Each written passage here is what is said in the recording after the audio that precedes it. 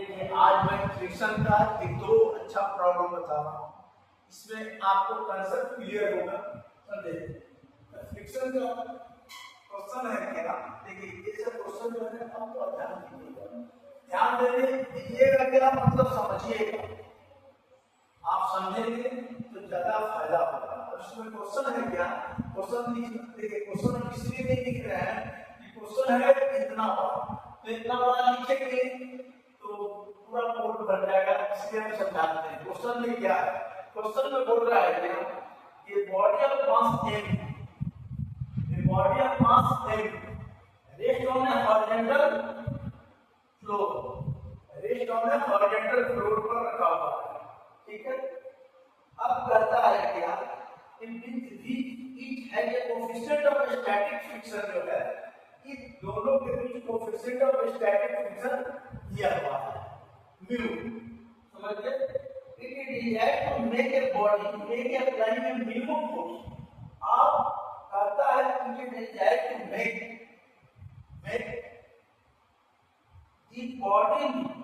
Move by the applying A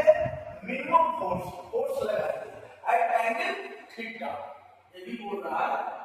minimum possible force F, तो कहता है कि find the magnitude of the force निकालिए and direction in which it has to be applied, मतलब minimum possible force निकालिए। तो देखिए ऐसा रहा, तो देखिए अगर एक ब्लॉक है हॉरिजॉन्टल पर है m है इसका मास, तो मास नीचे काम करेगा, रिएक्शन ऊपर काम करेगा। अब कहता है क्या कि मिनिमम पॉसिबल फोर्स, मिनिमम कितना होगा पॉसिबल फोर्स, तो हम देखते हैं। तो देखिए फट से आप ऐसा प्रॉब्लम चल रहा, तो क्या करने का, थीटा पर लगाया, तो हमने क्या किया, फोर्स लगाया ऐसे, तो फोर्स को रिजॉल्व कर दिया, ऐसा कैसे संभव होता है, तो इधर कर दिया ये cos थीटा, इधर हो गया ये sin थीटा। हमको मिनिमम पॉसिबल फोर्स निकालने का रहा, तो हम देखते हैं। तो देखिए अब ये सवाल की एक ब्लॉक अगर ये आगे जाएगा, ठीक है, तो इसमें सेक्शन दिया हुआ है, समझे। तो अब हम इसको क्या करेंगे, इसको हम लोग रिजॉल्व कर देंगे। देख लो वो बोला अंदर ठीक है उसको, तो क्या करना है, तो हमको मिनिमम फोर्स निकालना है, तो हमने रिजॉल्व किया। अगर तो देखिए अगर एक फोर्स मिनिमम फोर्स निकालने का रहा है, तो देखिए इधर F और थीटा इज बैलेंस बाय क्या होगा, स्टैटिक फ्रिक्शन है, इसका मतलब स्टेबल स्टेट है, तो बैलेंस बाय क्या होगा, फ्रिक्शनल फोर्स इधर लगेगा। और weight mg is balance by क्या होगा, r plus f sin theta. इसको हम लोग क्या करेंगे, देखिए r plus f sin theta, r plus f sin theta, इसका क्या होगा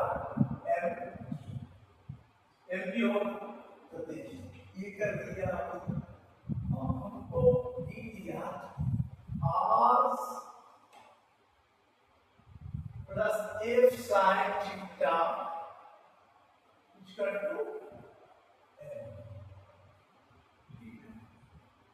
तो r बराबर क्या हो जाएगा, r बराबर हो जाएगा mg माइनस f sin। अब देखिए इस केस में क्या होगा, f cos theta greater then frictional force होगा, फ्रिक्शनल फोर्स लगेगा, मतलब f cos थीटा या तो इक्वल होगा या ग्रेटर होगा, स्टैटिक केस में होगा इक्वल होगा, तो f cos theta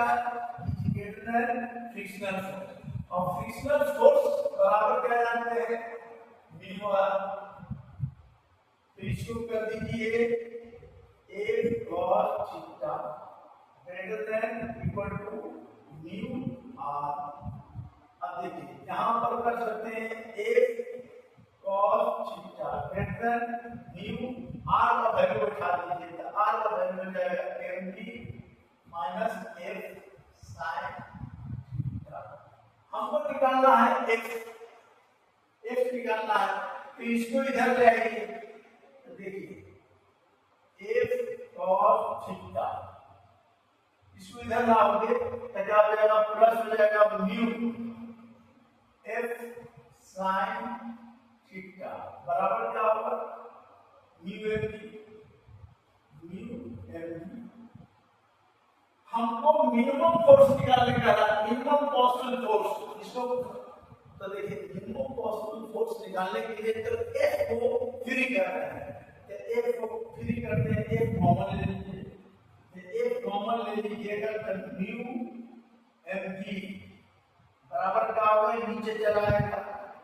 cos theta plus एक तो बाहर आ गया म्यू साइन थीटा, यहाँ पर भी ग्रेटर देन इक्वल टू हो जाएगा, इतना हो गया। अब इतना वैल्यू मेरा आ गया। अब कह रहा है क्या कि मिनिमम पॉसिबल फोर्स, तो देखिए तो मिनिमम पॉसिबल फोर्स करेगा, तो देखिए इस फोर्स को मिनिमम कब होगा भाई, तो मिनिमम पॉसिबल फोर्स कब होगा, मिनिमम फोर्स कब होगा, तो देखिए थोड़ा सा कॉन्सेप्ट लगाइए कि मिनिमम कब होगा, जब नीचे वाला मैक्सिमम होगा तब मिनिमम हो जाएगा।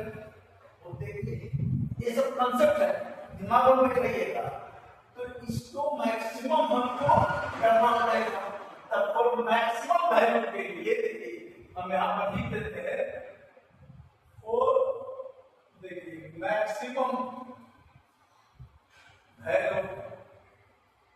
Of cos theta plus mu sine theta, इसका मैक्सिमम वैल्यू। तो अब ये मैक्सिमम वैल्यू में डी बाई डी थीटा कर देते हैं, तो तुम बोलोगे कि कैसे कर दिए सर, एक चीज यहाँ पर समझना है कि मिनिमम कब होगा, देखिए बार बार बता रहे हैं, ये सब कॉन्सेप्ट बेस्ड क्वेश्चन है, मतलब अगर समझ में बहुत बच्चे को नहीं समझ आता है, समझे, जो इंजीनियरिंग का तैयारी करता है वो उसको समझ में आता है, समझे, वो भी समझेगा कब, जब वो मैक्सिमम मिनिमम बनाया होगा तब। एक चैप्टर है मैक्सिमम मिनिमम, तो ये सब कॉन्सेप्ट है, हम बोल रहे हैं कि एफ हमको कह रहा है कि मिनिमम पॉसिबल फोर्स निकालनी है, और find the magnitude of the force, तो हम देख रहे हैं कि एफ जो है ये मिनिमम कब होगा, जब नीचे वाला मैक्सिमम होगा तब ये मिनिमम होगा, है कि नहीं, तो ये मैक्सिमम होगा, इसको मैक्सिमम के लिए और मैक्सिमम वैल्यू के लिए हम इसका वैल्यू मैक्सिमम मिनिमम एक चैप्टर है उसमें है, इसका मैक्सिमम वैल्यू के लिए इसको डी बाई डी थीटा से डिफरेंशिएट कर देंगे और मैक्सिमम वैल्यू 0 कर देंगे, समझे, तो जो वैल्यू आएगा वही हो जाएगा इसका मिनिमम वैल्यू। अब देखिए हम क्या करते हैं, तो देखिए अब डी बाई डी थीटा कर दिए, किताब में ऐसा लिखा हुआ रहेगा कि कैसे कर दिए सर, तो हमने आपको पहले बता दिया कि मैक्सिमम मिनिमम जो बच्चा पढ़ा होगा इसका मैक्सिमम वैल्यू कैसे निकालते, इसको डिफरेंशिएट किए, तो ये क्या होगा, cos का डिफरेंशिएशन sin थीटा, म्यू रह जाएगा, ये हो जाएगा cos थीटा इक्वल टू क्या बोले 0, इसको इधर ले जाओ तो म्यू बराबर क्या होगा, म्यू cos थीटा बराबर sin थीटा, यहाँ डिवाइड करते हो म्यू बराबर क्या होगा tan थीटा, अब म्यू बराबर tan थीटा, तो इसके नीचे 1 लगा दीजिए, तो ये क्या होगा p बाई b, अब p बाई b कर दिए, p बाई b कर दिए, तो p अगर p एंगल है तो p कौन होगा, एक यानी p होगा म्यू, अब p क्या हो गया 1, तो ये कितना हो जाएगा 1 प्लस म्यू स्क्वायर, मतलब मेरा tan थीटा का वैल्यू निकल गया। आपको यहाँ पर समझना क्या है, यहाँ तक तो लिख देता है बच्चा, अब यहाँ से जो हम लिखा है कि आपको जो हम बोल रहे हैं उस सुनिए, किसी चीज का मैक्सिमम वैल्यू निकालने के लिए इसको डिफरेंशिएट करते हैं, और मैक्सिमम मिनिमम चैप्टर पढ़ेंगे उसको इक्वल करते हैं 0 करते हैं, और इससे हम थीटा लेना, tan थीटा का मतलब होता है पी बाई बी, इसको इस फॉर्म में ले आए। अब ऐसा बोलिएगा कि क्यों किए, क्योंकि इसका वैल्यू मैक्सिमम दे दिए, इसमें फिर बैठाएंगे तो क्योंकि हमको कह रहा है find the magnitude of force, तो फोर्स भी निकालना है, तो अब मैग्नीट्यूड ऑफ फोर्स निकालना है। तो देखिए अब हम मैग्नीट्यूड ऑफ फोर्स निकालना है, तो F बराबर क्या होगा, F बराबर हो गया म्यू एन वी, ठीक है, cos थीटा, तो cos थीटा बराबर क्या होता है, बेस बाय हाइपोटेन्यूज, तो बेस एक हो गया, हाइपोटेन्यूज कितना हो गया 1 प्लस म्यू स्क्वायर, बगल में म्यू हो गया, sin थीटा बराबर क्या होगा p बाई h, तो p म्यू और बाई इतना हो गया। अब देखिए f निकल रहा है, अभी हमने find the magnitude of the force in the direction निकालना है। अब आप देखिए म्यू एल, ये दोनों एलसीएम ले लेंगे तो क्या हो जाएगा 1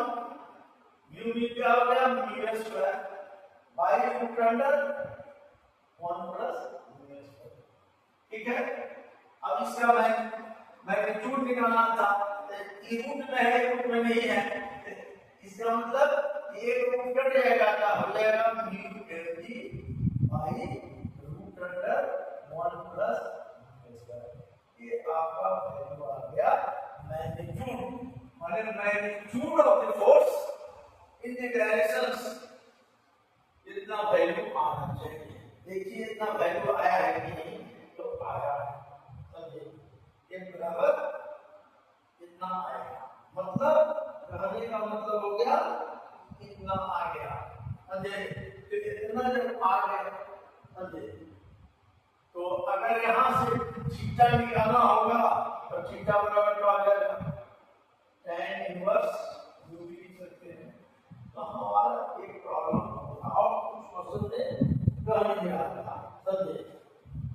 और कुछ भी क्वेश्चन में नहीं कह रहा है, क्वेश्चन में यही कह रहा है कि find minimum possible force and find the magnitude of the force in the direction, तो बड़ी समझ में आया। तो ये चीज इस प्रॉब्लम में है, मैंने आपको वीडियो कंसल्ट करें कंसल्ट हो, देखिए होता है क्या है, ये सब चलना होती है, समझे, अगर ये सब नहीं जानेंगे तो प्रॉब्लम नहीं बन पाएगा, समझे। तो फ्रिक्शन का हम मोर और बहुत सारा प्रॉब्लम होता है, खाली आप लोगों को प्रैक्टिस की जरूरत है, अगर प्रैक्टिस नहीं करेंगे तो सब व्यर्थ है।